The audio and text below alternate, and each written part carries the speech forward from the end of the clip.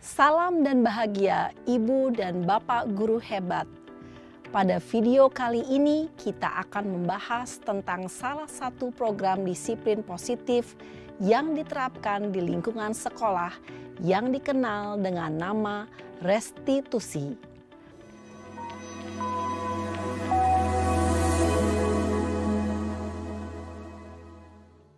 Restitusi dikembangkan oleh pakar pendidikan Diane Gosson, berlandaskan pada teori kontrol Dr. William Glasser. Segitiga restitusi adalah suatu proses dialog yang dijalankan oleh guru atau orang tua agar dapat menghasilkan murid yang mandiri dan bertanggung jawab. Pada saat guru di posisi manajer, aspek yang dikembangkan pada murid adalah motivasi intrinsik, sehingga penanaman nilai-nilai kebajikan dapat tumbuh dan berkembang menjadi suatu kebiasaan positif yang akhirnya membentuk karakter murid. Proses dialog ini terdiri dari 3 langkah yang digambarkan pada ketiga sisi pada segitiga restitusi. Sisi pertama adalah menstabilkan identitas. Sisi yang kedua adalah validasi tindakan yang salah. Dan sisi yang ketiga adalah menanyakan keyakinan. Ibu dan Bapak guru, berikut ini akan ditunjukkan bagaimana seorang guru berada dalam posisi manajer menggunakan penerapan segitiga restitusi.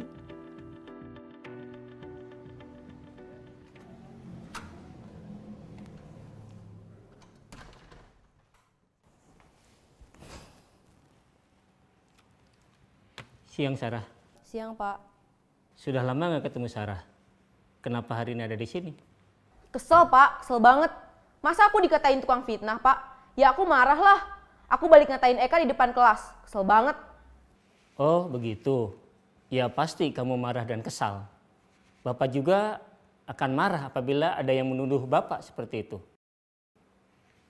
Kemudian, pada saat itu, kamu mau melakukan apa? Ya saya langsung ngatain Eka lah, Pak. Kesel banget. Saya bentak-bentak dia depan teman-teman lain. Oh, begitu. Pasti kamu melakukan seperti itu karena suatu alasan tertentu, bukan? Iyalah, masa saya diam saja, Pak? Ya saya bela diri lah. Masa saya dituduh tukang fitnah? Ya wajarlah. Mempertahankan harga diri itu sesuatu yang penting buat kamu. Untung kamu tidak bertindak lebih gegabah lagi. Hanya membentak-bentak. Iya, Pak. Untung saya masih bersabar dan hanya membentak saja. Sudah gemes padahal. Saya pasti bela diri lah. Ya pasti ya. Tapi kamu memilih untuk tetap bertahan dan bersabar. Kamu memilih untuk tidak berbuat lebih parah lagi, bukan? Iya. Nah, sekarang coba kita lihat lagi. Tindakan kamu yang bentak-bentak Eka di kelas. Tindakan kamu itu kira-kira sesuai dengan keyakinan kelas atau prinsip kamu tidak? Enggak lah, Pak. Capek, Pak, jadi pemarah. Jadi keyakinan atau prinsip mana yang kurang sesuai dengan keinginan kamu? Ya, saya sebenarnya sangat menghargai orang lain. Mungkin saat itu saya menjadi emosi, jadi tidak menunjukkan sikap itu. Kamu meyakini tidak? Menghargai orang lain itu penting buat kamu? Yakinlah, Pak. Iya, setuju. Kita harus saling menghargai. Namun, ada juga keyakinan yang kita sepakati yang perlu kita jalankan apabila kita sedang marah, bukan? Ya saya bisa lebih proaktif, mulai dengan diri sendiri. Saya bisa jadi lebih bersabar, mengambil waktu jeda untuk berpikir mau apa selanjutnya. Kira-kira kamu bersedia memperbaiki masalah ini tidak? Bersedia, Pak. Kalau kamu memperbaiki masalah ini, kamu akan menjadi orang seperti apa? Saya akan menjadi orang yang bertanggung jawab kali ya, Pak. Dan senantiasa proaktif. Iya, menurut kamu bagaimana rasanya menjadi orang seperti itu? Ya nyaman lah, bangga bisa bersabar dan menahan diri. Baiklah kalau begitu. Yuk kita pikirkan bagaimana memperbaiki masalah ini.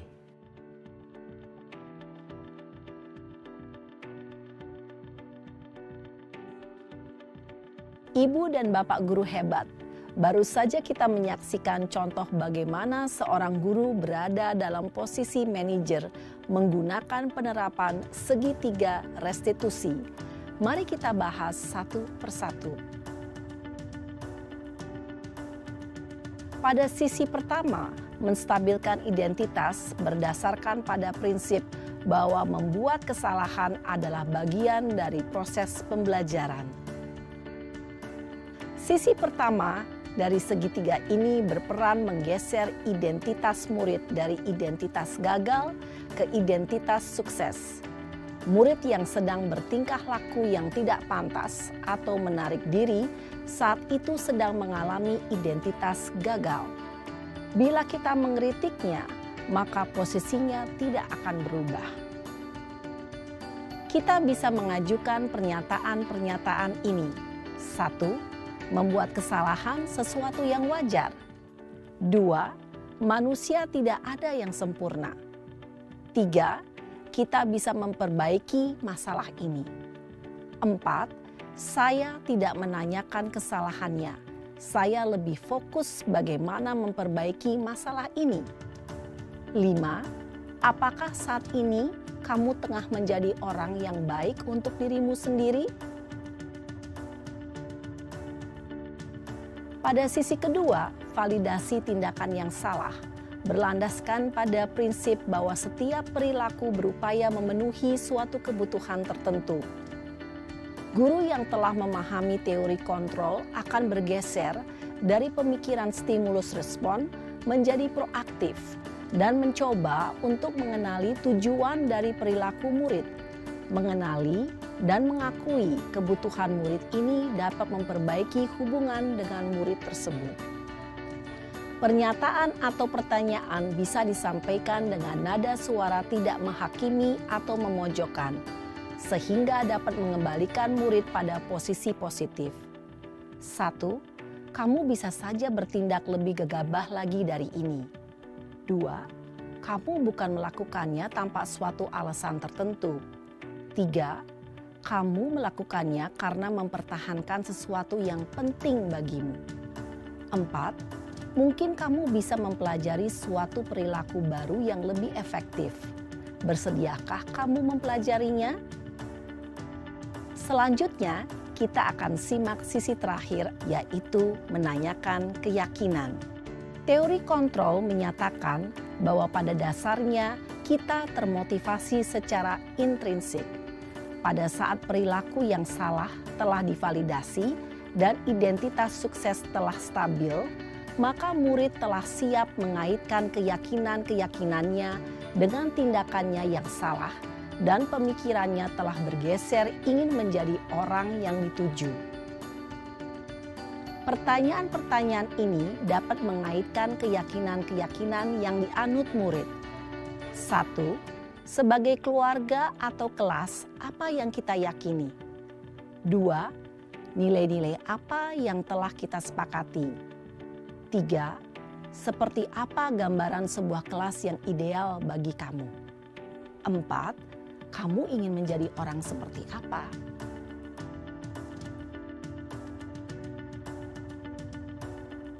Dalam menerapkan segitiga restitusi, perlu diperhatikan beberapa hal, yaitu 1. Perilaku yang salah perlu dikaitkan dengan nilai-nilai atau keyakinan-keyakinan yang telah disepakati atau dituju. 2. Kesediaan orang yang melakukan kesalahan untuk memperbaiki masalah. 3. Pemecahan masalah sebisa mungkin relevan atau memiliki hubungan dengan masalah yang ada. 4. Usaha. Perlu adanya suatu usaha perbaikan dari pihak yang berbuat kesalahan. 5. Waktu. Perlu didedikasikan waktu dari pihak yang berbuat kesalahan. Tanyakan kapan akan mulai diberlakukan usaha untuk memperbaiki masalah. Dengan memahami struktur penerapan segitiga restitusi, diharapkan guru dapat menerapkan posisinya sebagai manajer dengan mengajukan pertanyaan-pertanyaan bermakna yang dapat membuat murid menjadi lebih percaya diri, bertanggung jawab, dan mandiri.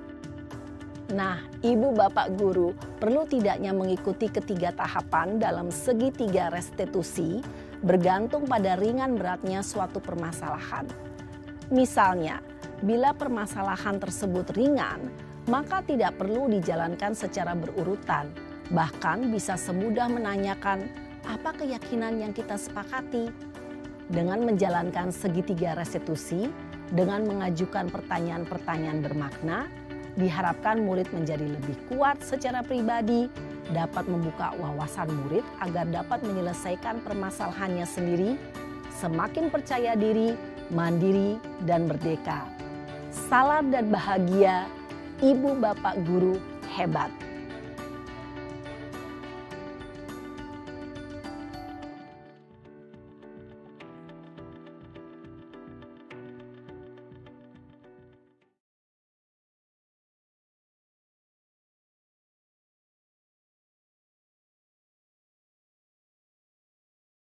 Assalamualaikum warahmatullahi wabarakatuh. Pertama-tama, marilah kita panjatkan puji syukur kita atas kehadiran Allah Subhanahu wa Ta'ala, karena berkat hidayahnya, rahmatnya, kesempatannya, sehingga kita bisa dimudahkan hadir di acara ini, yaitu dalam rangka diseminasi budaya positif. Kedua kalinya, salam salam tak lupa pula kita lakukan kepada junjungan kita Nabi besar Muhammad SAW, kepada keluarganya, istrinya, anaknya, dan juga para pengikutnya. Semoga kita semua mendapatkan syafaatnya di yaumil akhir kelak. Selanjutnya, saya ucapkan terima kasih kepada Bapak Ibu Guru yang sudah bersedia hadir di acara saya ini, yaitu diseminasi budaya positif. Tentunya Bapak Ibu memiliki kesibukan masing-masing dan bersedia hadir dalam acara ini, yang insya Allah dapat berpartisipasi dalam diseminasi budaya positif ini. Kemudian saya juga mengharapkan dukungan dan juga doa dari Bapak Ibu Guru semuanya di sini, sehingga saya bisa dapat menyelesaikan tugas saya ini dalam pendidikan guru penggerak sampai selesai. Baik Bapak Ibu, langsung saja kita masuk ke diseminasi budaya positif.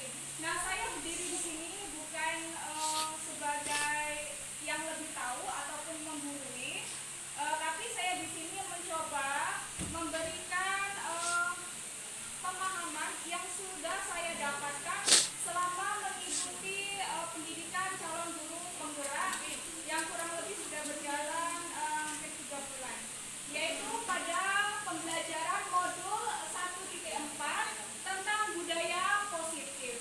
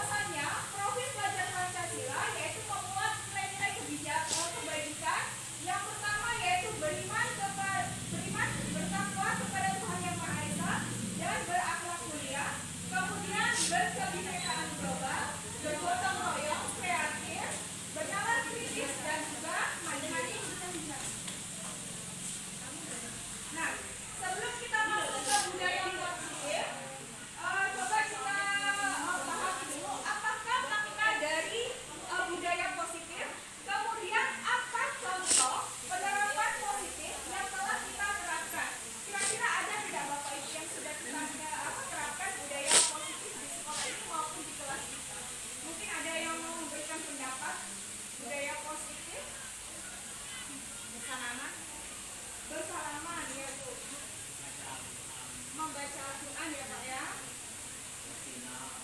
Yasinan. Jadi kebiasaan positif berarti kebiasaan ya Pak ya. Kebiasaan atau hal-hal yang sering kita lakukan dan berdampak positif. Baik Bapak Ibu. Nah, jadi budaya positif itu merujuk pada lingkungan yang menanamkan nilai-nilai dan kebiasaan-kebiasaan yang mendukung perkembangan siswa secara holistik atau menyeluruh, kemudian mendukung pembelajaran efektif serta hubungan yang sehat antar seluruh warga sekolah. Nah, disiplin positif. Disiplin positif juga tidak asing lagi ya Bu ya, sering kita dengar. Nah, di sini disiplin berasal dari kata disiplin, yang artinya belajar. Disiplin mengacu pada disiplin diri yang memiliki tanggung jawab terhadap apa yang dilakukannya berdasarkan nilai-nilai yang diyakini. Nah, jadi disiplin positif ini merupakan salah satu cara penerapan disiplin yang bertujuan untuk menumbuhkan kesadaran serta memberdayakan peserta didik tanpa imbalan penghargaan atau reward, ancaman ataupun hukuman. Nah, sebagai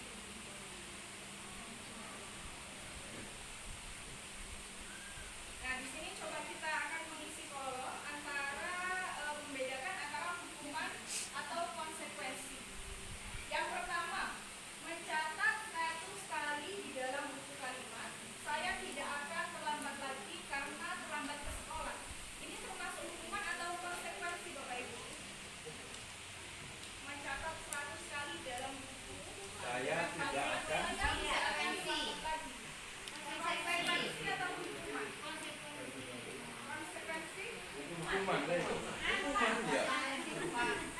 Hukuman Bu. Iya Pak ya. Kemudian lari mengelilingi lapangan basket 2 kali karena terlambat hadir di sekolah. Murid diminta untuk push up 15 kali karena tidak menggunakan masker. Menggantikan tugas teman yang telah disampaikan. Konsekuensi karena sudah melakukan akibatnya. Kemudian membersihkan tumpahan air di meja tulis karena tersenggol pada saat belajar. Membersihkan konsekuensi. Murid disuruh untuk mengenakan sepatu seharian di sekolah karena tidak mengenakan sepatu hitam. Konsekuensi. Ya. Jadi murid disuruh untuk mengenakan sepatu seharian di sekolah karena tidak menggunakan, maksudnya tidak menggunakan sepatu seharian, ya. Karena tidak menggunakan sepatu hitam. Hukuman ya Pak. Kemudian selanjutnya lari mengelilingi lapangan basket 2 kali karena terlambat 10 menit untuk pelajaran PJOK. Tapi di dalam materi PJOK kira-kira termasuk hukuman atau tidak Bu ya? Hukuman itu. Hukuman. Kalau olahraga tak hukuman. Karena kalau olahraga karena berlari termasuk aktivitas ya Pak ya? Itu ada kesepakatan. Bisa konsekuensi. Karena apa ya? Masih selaras. Tidak keluar dari apa? Penyebab yang dilakukan. Ya. Jadi kalau menurut saya itu termasuk hukuman. Betul ya Pak? Karena kalau konsekuensi itu kan ada kesepakatan. Saya rasa kalau anak tidak sepakat, Tidak bisa jadi konsekuensi Pak Silo. Kenapa? Kalau sudah ada diterapkan, misalnya Bu Rizka, ya, di kelas itu menyampaikan, kalau anak datang terlambat, pokoknya siapa saja hari sekian putaran. Itu kan ada kesepakatan antara anak dan guru. Konsekuensi berarti.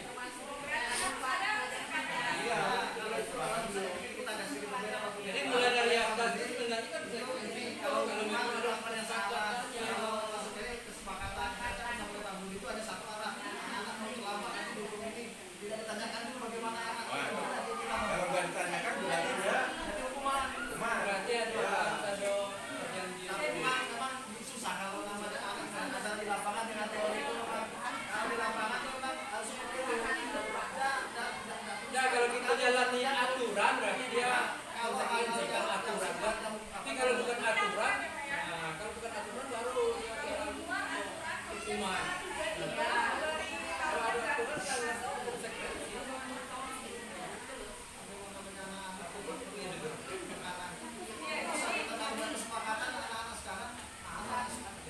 Itu sudah mulai.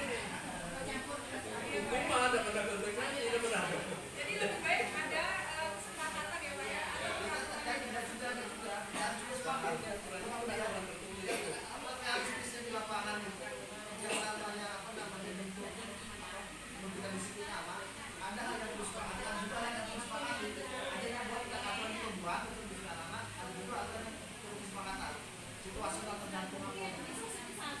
Tapi kalau yang hukuman yang tidak terlalu memberatkan, langsung tidak apa-apa kalau sekedar lari apa. Pentinglah kita anak dan jangan PR, lari lapangan kita. Saya rasa itu juga termasuk bagian dari apa? Tidak masalah, tidak perlu kesepakatan. Itu hukuman lah. Tidak perlu kesepakatan. Tadi mana baiknya saya rasa dulu. Itu tadi kalimatnya dalam mata pelajaran olahraga. Oh. Selaras. Yang lain juga. Iya.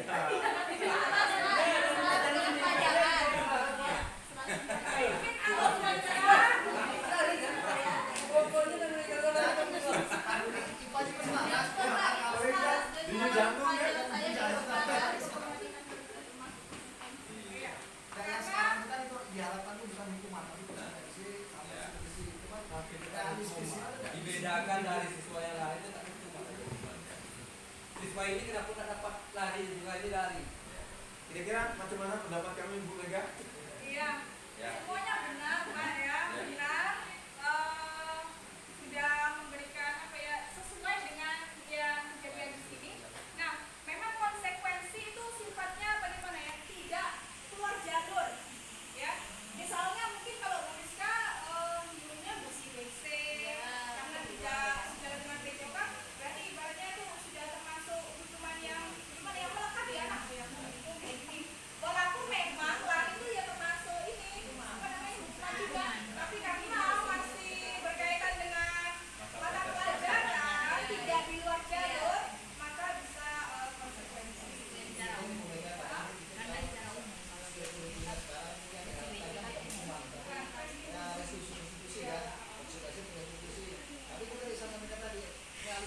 orang itu beda. Nggak bisa juga semuanya bagus, tergantung situasional. Hukuman itu bagus. Tapi kalau anaknya dihukum, apalagi kenang-kenangan, ya malu kalau di desa lain dan di kota mungkin. Jadi masalahnya sekarang yang dipertanyakan tuh kalau diberi hukuman itu malah beban disiplin, sedangkan konsentrasi dan restitusi ya. Tapi alangkah lebih baik kita harus pakai restitusi karena tidak membuat beban anak. Besok pakai hukuman, pakai konsekuensi ya. Pakai anak-anak enggak. Nanti anak mesti sepakat.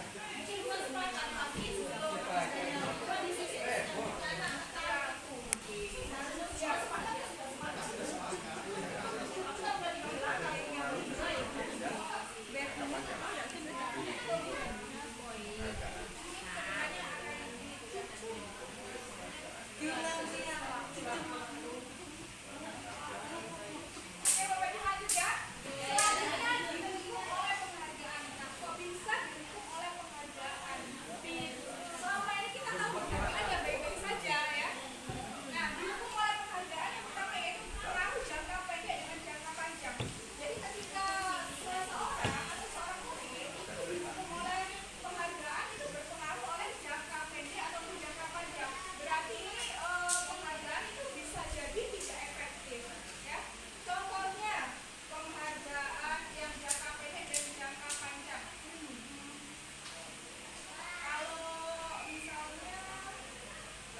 misalnya kayak gini Bapak Ibu, ketika belajar anak-anak yang bisa menjawab itu misalnya dikasih 2 3 ya.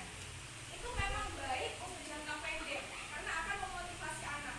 Tetapi tidak efektif ketika akan dilaksanakan untuk jangka panjang.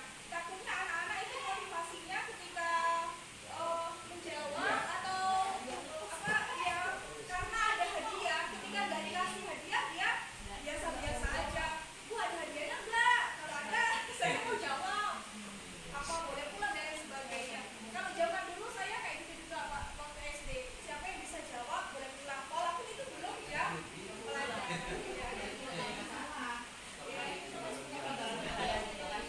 Itu emang anak masih memotivasi tapi jangka pendek, tidak jangka panjang. Takutnya tujuan anak menjadi berbeda, bukan untuk belajar tapi untuk mendapatkan hadiah, cepat pulang. Gitu ya. Kemudian penghargaan itu menghukum. Ya. Jadi kalau saya lihat kalau di sini ini yang sudah melakukan itu di SMP Muhammadiyah kayaknya Pak. Jadi di sana nggak ada juara 1, 2, 3. Semua anak itu memiliki apa ya penghargaan masing-masing. Yang rajin, kemudian dari segi pengetahuan. Jadi semua anak itu mendapatkan penghargaan. Kenapa menghukum ya Bapak Ibu? Karena kadang kayak gini, jadi juga misalnya anak itu juara 1 dari kelas 1 sampai kelas 2. Tiba-tiba dia di kelas 3 juara 3 bahkan juara 10 itu akan apa itu jomplang anak itu juga psikisnya kayaknya akan sini. Iya. Iya.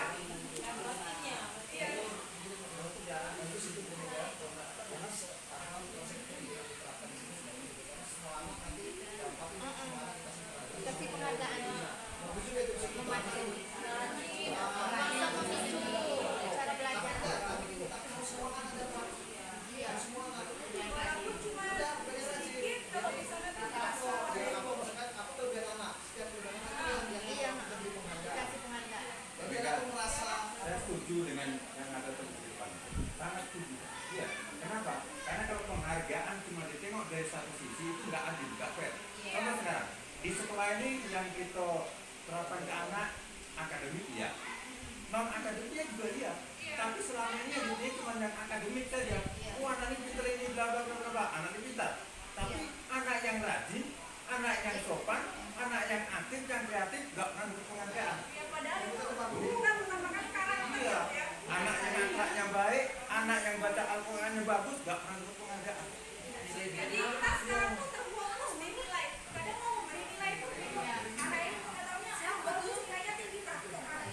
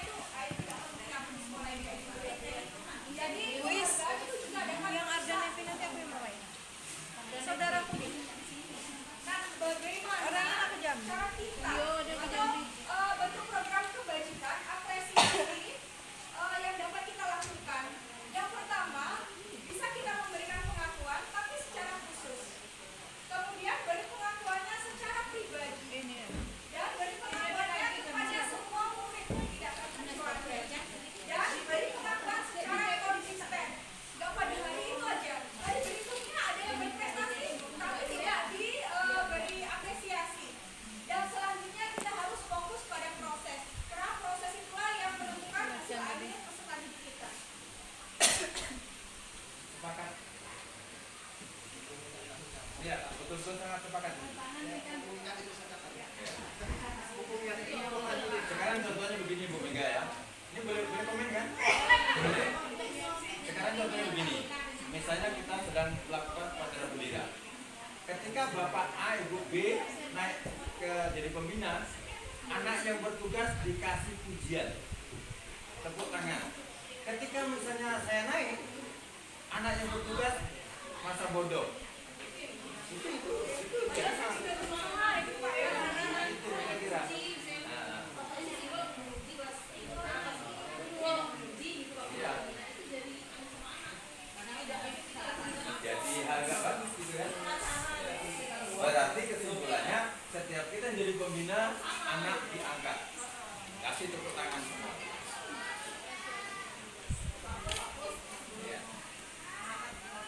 Tetap dikasih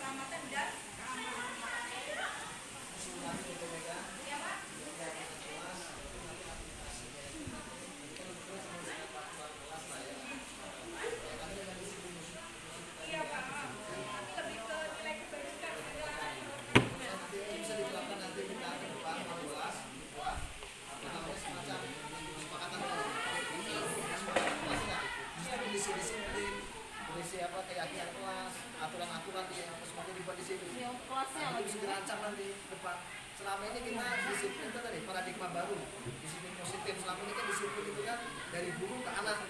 Nah sekarang bagaimana menciptakan disiplin itu dari anak sendiri untuk anak sendiri? Bila kamu nih.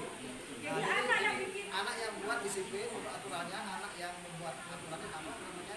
Aturannya kemudian sanksinya atau apa itu anak semua yang apa. Jadi anak itu punya tanggung jawab. Selama ini kan kalau disiplin dari guru, anak jadi tidak mau tahu masa berubah gitu. Tapi kalau anak yang membuat, anak yang jadi punya tanggung jawab. Saya rasa itu jadi itu ke depan untuk wali kelas. Ini bisa dicoba ini wali kelas. Kalau sudah berjalan ya, Wah, ya mantap. ya sudah berjalan. Nanti kalau terapkan dengan ada hubungannya dengan agama, kampung kejujuran pasti jalan. Ya. Iya, pasti. Karena sudah tentang Ya, coba-coba lah. Yang Itu penting cukup, Pak. itu kan di atas awan. Iya. Nah, prakteknya ini ada prakteknya masih sama-sama. Itu termasuk bisa melihara Tapi kembali sebagaimana pun coba. yang jelas yang positif kita usahakan. Kita masukkan. Nah, Kan sebenarnya itu nggak masalah kita dulu ya. Nah di sini ada contohnya nih Bu, bagaimana cara penerapan pembuatan keyakinan kelas. Jadi yang pertama guru bisa membimbing siswa membuat keyakinan kelas. Kemudian siswa menulis dan menempelkan hal yang diharapkan semua siswa. lebih semangat ya. Iya Bu, jadi emang dia kasih pendapat. Kadang kalau disuruh siapa yang mau cuma 1-2 orang. Tapi kalau menuliskan mau nggak mau dia harus ada.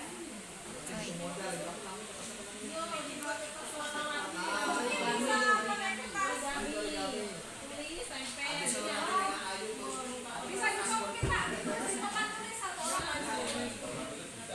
tapi kalau bapaknya sudah Coy, Bu En, pelajaran hot kalau bahasa Inggris. Nah selanjutnya guru dan siswa merangkum keyakinan kelas untuk dijadikan kesepakatan kelas. Jadi semua kesepakatan yang sudah ditulis itu dirangkum. Mungkin ada beberapa yang sama teman. Dan selanjutnya guru dan siswa menandatangani kesepakatan kelas yang telah dibuat. Jadi siswa itu merasa lebih bertanggung jawab. Ya, kan sudah setuju, sudah tanda tangan.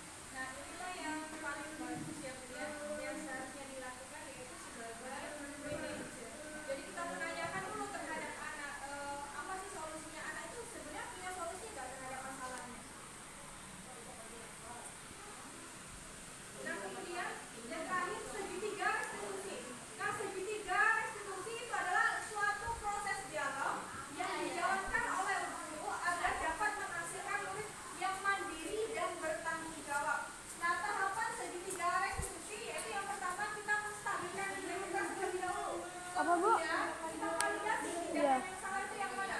Kemudian yang terakhir yaitu menanyakan keyakinan. Adalah bagian dari proses pembelajaran. Jadi anak itu salah sebenarnya tidak apa-apa. Semua orang tentunya memiliki kesalahan, itu adalah sebagai suatu proses pembelajaran. Nah, jadi kita bisa berkata kepada anak, berbuat kesalahan itu wajar. Tidak ada manusia yang sempurna. Ibu bapak juga pernah melakukan hal itu. Ibu bapak tidak mau mencari siapa yang salah, tapi ibu bapak ingin mencari solusi dari permasalahan ini. Kamu berhak merasa begitu. Kemudian selanjutnya kita bisa validasi tindakan yang salah. Nah, berdasarkan prinsip setiap perilaku berupaya memenuhi suatu kebutuhan tertentu. Jadi kita bisa melakukannya dengan mengatakan kepada anak, kamu pasti punya alasan mengapa melakukan hal ini. Padahal kamu bisa melakukan yang lebih buruk dari dia. Kamu melakukannya karena mempertahankan, bisa menanyakan keyakinan. Berdasarkan prinsip teori kontrol, bahwa pada dasarnya kita termotivasi seharusnya itu secara intrinsik dari dalam diri siswa tersebut. Nah, contohnya di sini yaitu apa keyakinan kelas kita. Jadi kita kembalikan kepada kita tanyakan apa keyakinan kelas kita. Nilai-nilai apa yang telah disepakati bersama. Kira-kira kamu ada melanggar atau tidak? Seperti apa gambaran sebuah kelas yang ideal menurut kamu? Jadi kita tanyakan kembali ke anak ketika anak tersebut sudah melakukan kesalahan. Kemudian kamu ingin menjadi orang yang seperti apa? Nah, itulah bagian dari segitiga restitusi. Ya. Jadi sebaiknya posisi kontrol seorang guru ketika jadi manajer, kemudian ketika menyelesaikan masalah pada anak, sebaiknya menggunakan segitiga restitusi. Kita stabilkan identitasnya, kemudian tanya salahnya apa, kemudian tanyakan kembali sesuai tidak dengan keyakinan kelas yang sudah kita buat bersama. Kalau tidak, anak itu dia sama atau tidak. Kemudian tanyakan, ada nggak solusi dari hal yang sudah kamu lakukan tersebut? Bagaimana cara memperbaikinya? Kita tanyakan dulu kepada anak. Baru kalau anak sudah tahu, baru dilakukan. Nah, itulah Bapak Ibu ya materi kita. Kemudian ini ada sedikit video. Baik Bapak Ibu, untuk lebih jelasnya karena speakernya tidak terdengar, nanti silakan bisa dibuka di grup kita. Itu merupakan salah satu contoh penerapan segitiga restitusi. Baik Bapak Ibu, ada yang mau ditanyakan mengenai definisi budaya positif ini? Baik, Pak. Ya. Kalau mau bertanya tadi sudah banyak pertanyaan. Tapi dengan penyampaian tadi Ibu Mega dari awal sampai ke yang terakhir, mudah-mudahan itu akan membangkitkan semangat kita semuanya, kawan-kawan guru SMP Negeri 4, mudah-mudahan ke depan menjadi tempat pembelajaran yang lebih baik. Terima kasih. Baik Pak Budi, terima kasih. Saya di sini juga masih tahap belajar Pak. Jadi ilmu yang saya dapatkan ketika pendidikan di guru penggerak sebisa mungkin juga saya terapkan di sekolah ini. Semoga bisa berdampak terhadap diri saya sendiri, kemudian rekan-rekan, sekolah kita, dan tentunya juga kepada peserta didik kita. Amin. Amin. Baik Bapak Ibu, terima kasih atas waktu yang sudah diluangkan. Saya mohon doa dan dukungannya. Maaf sekali selalu merepotkan. Semoga saya bisa melakukan ini sampai finish dan mendapatkan dampak yang baik untuk sekolah ini. Amin. Baik, terima kasih. Wassalamualaikum warahmatullahi wabarakatuh. Waalaikumsalam warahmatullahi wabarakatuh.